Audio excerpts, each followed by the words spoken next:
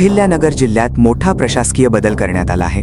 जिल्ह्याचे पोलीस अधीक्षक सोमनाथजी घारगे साहेब यांची बदली करण्यात आली असून त्यांच्या जागी मुम्मका सुदर्शन साहेब यांची नवीन पोलीस अधीक्षक म्हणून नियुक्ती करण्यात आली आहे। सोमनाथजी घारगे साहेब यांनी आपल्या कार्यकाळात विविध ठोस कारवाया करत जिल्ह्यातील कायदा सुव्यवस्था राखण्याचे महत्त्वपूर्ण काम केले। त्यांच्या बदलीनंतर आता मुम्मका सुदर्शन साहेब यांच्या रूपाने जिल्ह्याला नवे नेतृत्व मिळाले आहे।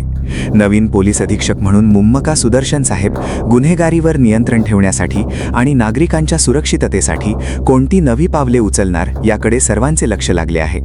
दरम्यान या बदलामुळे पोलीस विभागात काही प्रमाणात अंतर्गत फेरबदल होण्याची शक्यता असून नागरिकांकडून नव्या नेतृत्वाकडून अधिक तत्पर आणि प्रभावी कामकाजाची अपेक्षा व्यक्त केली जात आहे।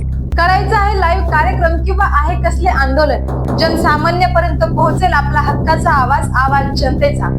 बातमी व जाहिरातीसाठी संपर्क करा स्क्रीनवर दिलेल्या नंबरवर।